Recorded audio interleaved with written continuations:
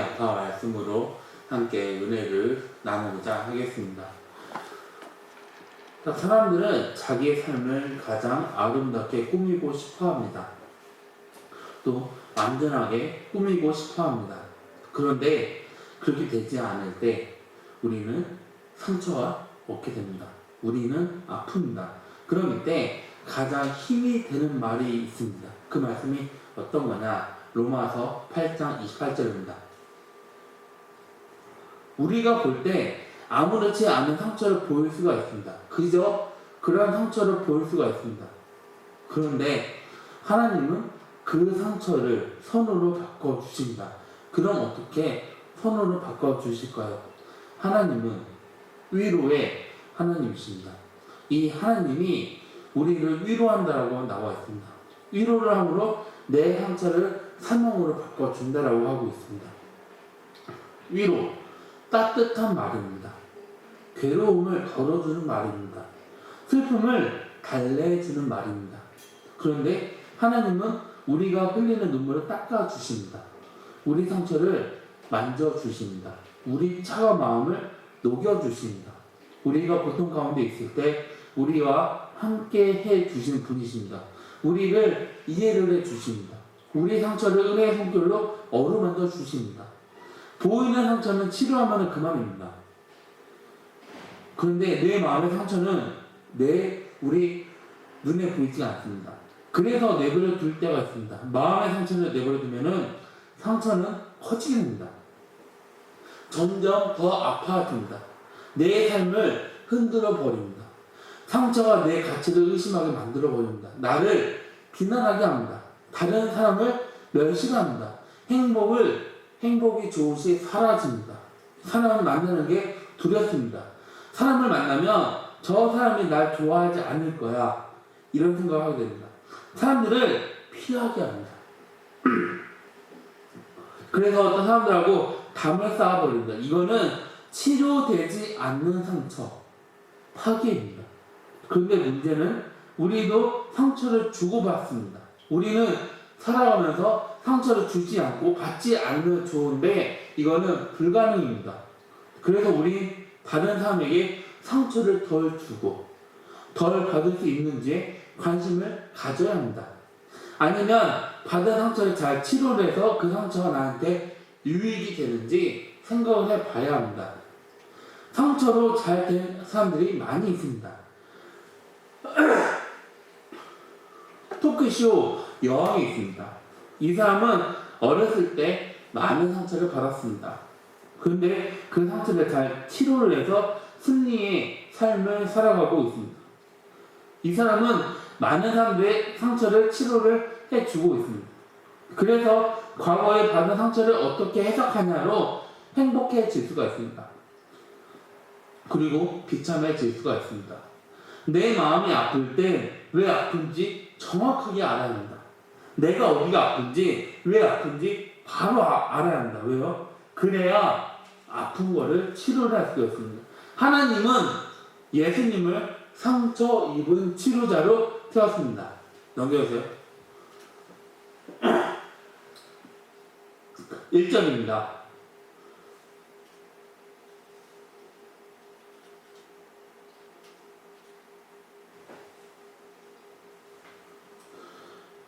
하나님이 예수님을 이 세상으로 보낸 이유는 마음이 상한 사람들을 고쳐주기 위해서입니다.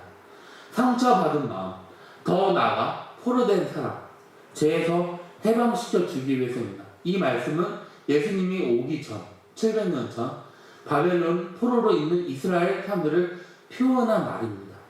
사람들이 포로로 잡혀 있습니다. 가난했습니다. 마음에는 상처가 가득합니다. 갇혀 있습니다. 이 세상에 마음이 상한 사람들이 많이 있습니다. 우리가 살아가면서 때론 몸에 상처를 입을 때가 있습니다. 다칠 수가 있습니다. 넘어질 수 있습니다. 일을 하다 다칠 수 있습니다. 상처 입을 수 있습니다. 몸의 상처 내 눈에 보입니다. 그런데 내 마음의 상처는요 보이지 않습니다. 그럼 보이는 상처가 아플까요? 아니면 마음의 상처가 아플까요? 마음의 상처가 더 아픕니다. 보이는 상처는 치료하면 됩니다. 그런데 마음의 상처는 눈으로 볼 수가 없습니다. 치료하기 쉽지 않습니다. 이 세상을 살아가면서 상처 없이 살아가는 사람은 한 명도 없습니다. 우리 작년에 한번 좀 돌아볼까요? 마음 상처를 받았습니다. 내 잘못으로 마음이 상한 사람들이 있습니다. 다른 사람 잘못으로 마음이 상한 사람이 있습니다. 사람들로 인해 마음이 상한 사람이 있습니다. 또 돈으로 마음이 상한 사람이 있습니다. 실패로 마음이 상한 사람이 있습니다. 문제로 마음이 상한 사람이 있습니다. 그런데 하나님은 우리를 만드신 분입니다. 우리가 연약하다는 걸 누구보다 잘 아십니다. 하나님은 우리가 상처를 받고 힘들어할 때 우리와 같이 아파하십니다. 2절입니다. 예수님은 슬픈 사람을 위로를 해주십니다. 예수님은 마음이 상하고 슬퍼하는 사람을 위로해 주신 분입니다. 그럼 예수님은 상처만 위로를 해줄까요? 아니요. 그 상처를 치료하고 영광스럽게 만들어 주십니다. 3절입니다. 예수님은 죄를 대신해서 화관을 주십니다. 죄는 아무것도 없습니다. 그런데 화관은 아름다운 멸관입니다. 주님은 슬픔을 대신에 기쁨이라는 기름을 우리에게 주셨습니다. 절망 대신 찬양의 옷을 우리에게 입혀주셨습니다. 상처를 통해 하나님의 영광을 나타낼 수 있도록 우리를 도와주십니다. 어떻게요? 하나님은 상처를 치료할 때 꼭 두 가지를 사용하는 걸 볼 수가 있습니다. 하나는 의사, 또 다른 하나는 약입니다. 예수님은 의사입니다. 그래서 우리 상한 마음을 정확하게 알고 계십니다. 상처받은 사람을 치료해 줄 수 있는 이유는 그 상처를 예수님이 알고 계십니다. 예수님이 이 땅에 살았을 때 부자로 살지 않았습니다. 가난한 사람으로 살았습니다. 십자가를 지기 위해 잡히셨습니다. 갇혔습니다. 슬픔을 경험하셨습니다. 쓸모없는 죄 취급을 받았습니다. 고통받았습니다. 우리가 경험하는 위로 어떤 위로죠? 우리와 같은 상처가 있고 우리와 같은 고통이 있는 사람들이 우리들을 위로를 해줄 수가 있습니다. 그런데 상처를 받아보지 않는 사람들은 어떻게 해요? 이해하지 못합니다. 상처를 보고 비웃어 버립니다. 그런데 상처를 받아본 사람은 다른 사람이 상처받은 걸 보고 이해를 합니다. 예수님은 상처를 입었습니다. 그런데 예수님은 그 상처로 나 많이 아파 이렇게 하지 않고 다른 사람이 갖고 있는 상처를 치료를 해주십니다. 예수님은 갖고 있는 그 상처를 치료의 능력으로 사용을 하셨습니다. 상처를 치료를 할 수가 있습니다. 상처를 가져본 사람이 상처를 당한 사람을 위로를 할 수가 있습니다. 예수님의 상처에서 나온 피, 그 피가 다른 상처를 치료를 합니다. 그래서 하나님은 우리한테 상처를 허락하십니다. 그 상처가 없으면 다른 사람을 이해할 수 없습니다. 우리가 상처를 이해하려고 하면 다른 사람을 이해해야 합니다. 사람은 상처를 받고 상처를 줄 수밖에 없습니다. 어떤 사람은 말로, 어떤 사람은 행동으로, 어떤 사람은 자기가 받았던 상처로 연관이 있습니다. 다른 사람들에게 상처를 준 사람들은 연구를 하면 그 사람들 안에 상처가 많이 있다고 합니다. 치료되지 않는 상처로 다른 사람에게 상처를 준다. 이 사실을 알고 나면 이해를 할 수가 있습니다. 좋은 관계 유지할 수 있습니다. 상처를 영광스럽게 만드는 하나님의 은혜를 봐야 합니다. 우리 삶은 상처로 비참해지지 않습니다. 상처 잘못된 반응으로 비참해집니다. 우리가 받은 상처 바르게 반응을 해야 하는 책임이 우리에게 있습니다. 그럼 어떻게 반응을 해야 할까요?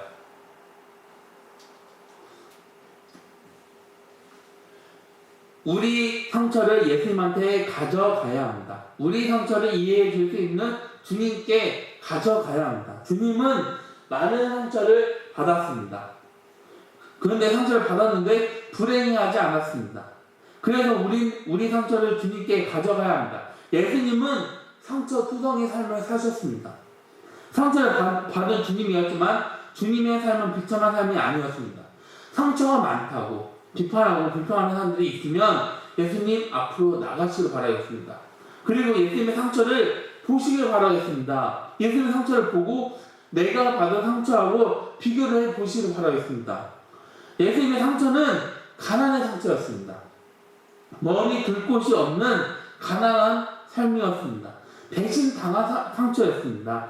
예수님은 제자들한테 배신당했습니다. 예수님의 상처는 버림받은 상처였습니다. 오해받은 상처가 있었습니다. 사람들은 예수님이 귀신 들렸다고 말을 합니다. 예수님의 상처, 무시를 당한 상처였습니다. 가장 소중한 걸 다 빼앗긴 상처였습니다. 예수님의 상처를 보면 내 상처가 초라해집니다. 우리가 받은 그 상처를 보고 예수님은 아파하십니다. 그러면서 예수님은 어떤 상처도 작은 상처라고 말을 하지 않습니다.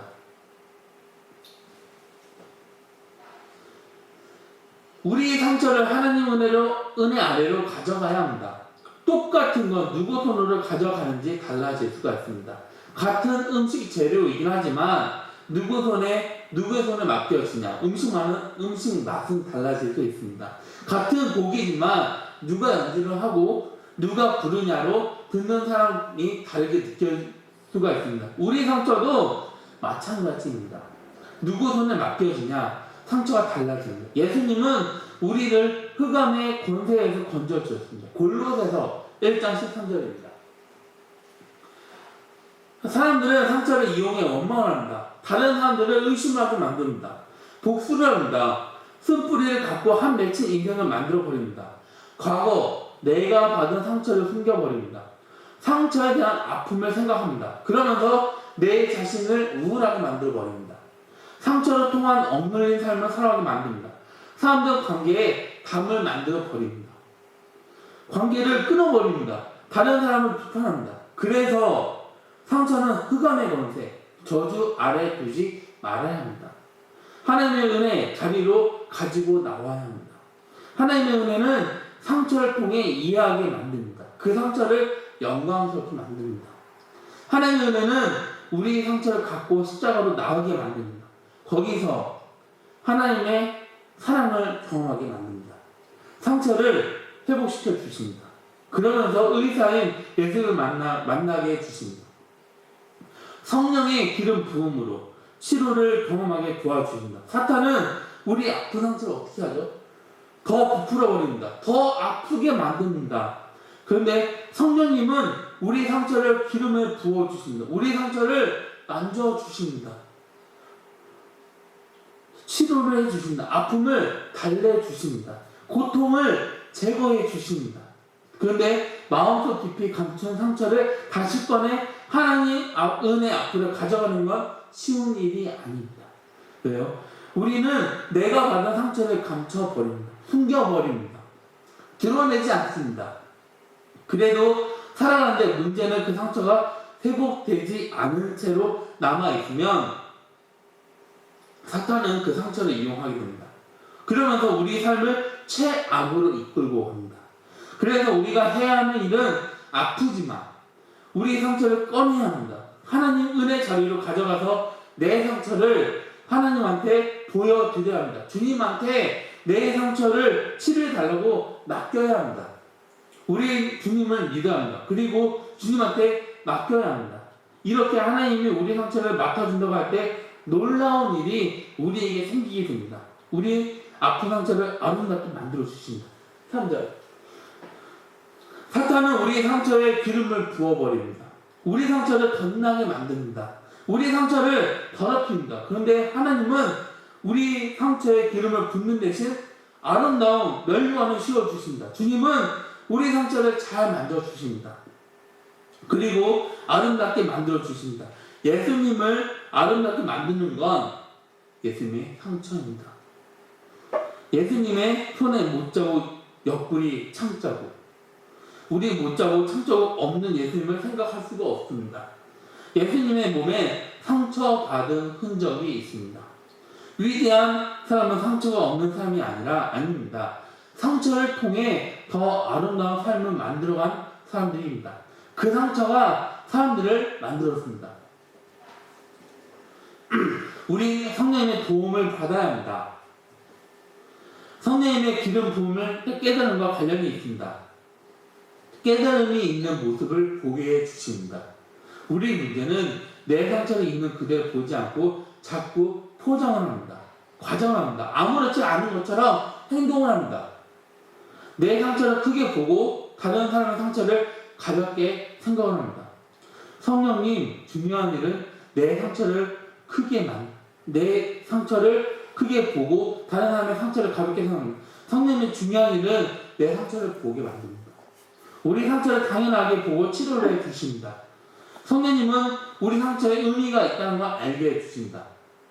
하지만 하나님은 예수님 상처에 나온 피로 우리 상처를 치료를 해주었습니다. 예수님의 피는 사랑의 피입니다. 자유의 피입니다. 예수님이 상하지 않았다면 우리는 치료받지 못합니다. 용서받지 못합니다. 그래서 예수님의 상처에 의미가 있습니다. 예수님 상처에 사명 목적이 있습니다. 우리 상처에도 의미가 있습니다. 성령님은 우리 상처를 보게 해주십니다. 하나님의 은혜로 보게 해주십니다. 우리 상처로 우리가 얼마나 성장해 나아가는지 보여주십니다. 우리 상처로 더 잘 될 수 있다는 걸 보여주십니다. 요셉은 상처가 무진장 컸습니다. 그런데 성령님의 도움을 받았을 때 하나님은 요셉의 상처를 통해 많은 사람들의 생명을 구원을 받았다는 사실을 알게 됐습니다. 그때 그 상처 회복됐습니다. 그러면서 요셉은 용서의 사람이 됐습니다. 축복의 사람이 됐습니다. 성령님이 도와주면 우리가 받은 상처 그 의미를 알게 됩니다. 성령님은 사랑을 부어줘서 상처를 치료를 해주십니다. 사랑은 치료의 약입니다. 1972년 9월 5일 독일에서 올림픽 경기가 열렸습니다. 이때 테러범들이 올림픽 선수촌 아파트에 몰래 침입을 해서 이스라엘 선수들을 죽이고 인질로 잡았습니다. 이 사람들은 감옥에 갇힌 동료 테러범들 석방을 입으려 하지만 진짜 목적은 따로 있었습니다. 그건 팔레스타인의 비참한 모습, 팔레스타인 해방기구 의장 야세르 아라파트를 국제 무대에 알리기 위한 테러였습니다. 테러범들은 석방되지 않았지만 팔레스타인에 참혹하다는 걸 알릴 수가 있었습니다. 얼마 후 아라파트가 유엔 총회에 초대되어 연설을 하게 되었습니다. 문제 해결됐습니다. 더 이상 젊은 사람들이 목숨을 걸고 테러를 벌일 이유가 없었습니다. 극단적인 테러 단체가 더 이상 필요하지 않았습니다. 그래서 아라파트는 바로 정보국장한테 명령을 내려 기존에 있던 테러범들을 선량한 시민으로 바꿀 수 있는 방안을 마련하라고 명령을 내리게 됩니다. 정보국장 밑에 있는 직원들은 그 문제를 갖고 연구를 하게 됩니다. 다양한 의견들이 있었지만 한 가지를 선택하게 됩니다. 그 묘약은 모든 테러범들을 결혼시키는 방법이었습니다. 테러범들에게 중동 지역에 있는 아름다운 처녀들을 시집 보내기 위해 100명의 최고 미인들을 뽑았습니다.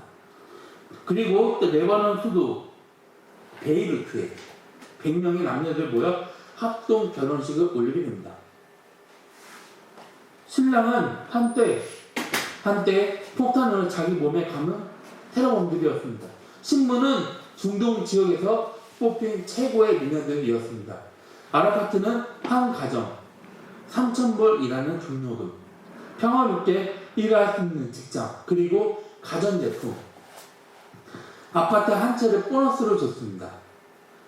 그리고 아이를 낳고 식구가 들어가는 가정은 5,000불 일하는 돈을 추가로 지급을 했습니다. 그래서 가장 흉악하고 두려움 없는 테러범들이 행복한 가정을 꾸미기 시작했습니다. 정보국에서 이 테러범들이 평화로운 시민으로 바뀌는지 시험을 했습니다. 그랬더니 한 명도 빠짐없이 이 명령에 순종을 했습니다. 혹시 내가 예전에 지금 범죄로 잡혀가면 어떻게 하지? 두려웠지만 이 사람들에게는 사랑하는 아이들이 있었습니다. 그래서 더 이상 테러를 하지 않았습니다. 이 이야기는 실제로 일어난 이야기입니다. 이 이야기 미움은 우리 마음을 악하게 만듭니다. 그런데 사랑은 우리를 부드럽게 만듭니다. 가족, 사랑을 직접 체험한 사람들은 더 이상 사람들을 죽이는 테러범이 될 수가 없었습니다. 오늘 우리 모든 아픔을 치료하는 약은 다른 게 아닙니다. 사랑입니다. 우리 통증을 없앨 수 있는 유일한 진통제는 사랑입니다. 가족, 사랑이 있으면 아픔에서 위로를 받을 수가 있습니다. 용기 가질 수가 있습니다. 희망 가질 수가 있습니다. 우리 마음을 아프게 했던 사람들의 용서와 사랑을 포옹하면은 내 상처는 반드시 아물게 될 것입니다. 성령님은 하나님의 사랑을 부어줘서 우리 상처를 치료를 해주십니다. 성령님은 하나님이 우리 안에 부어진 사랑을 부을 수 있게 도와주십니다. 성령님은 우리 상처를 치료를 해주십니다. 냄새가 향기로운 냄새로 바꿔주십니다. 우리 상처를 영광스러운 진주로 바꿔주십니다. 말씀을 정리합니다. 예수님은 상처를 치료해 주십니다. 슬퍼하는 사람을 위로해 주십니다. 기쁨의 기름으로 슬픔을 대신합니다. 죄는 아무것도 없습니다. 그런데 그 죄를 기쁨으로 화관을 씌워주신다. 그래서 상처로 울지 마시길 바라겠습니다. 사람들한테 기대를 갖지 말고 주님만 보고 기뻐하시길 바라겠습니다. 세상을 보지 말고 주님을 바라보시길 바라겠습니다. 여러분, 즐거운 노래를 부르시길 바라겠습니다. 상처를 통해 주님의 사랑을 느끼시길 바라겠습니다. 고통을 사망으로 바꿔주는 주님의 놀라운 은혜를 경험하시기를 주님의 이름으로 기원합니다. 다 같이 기도하시겠습니다.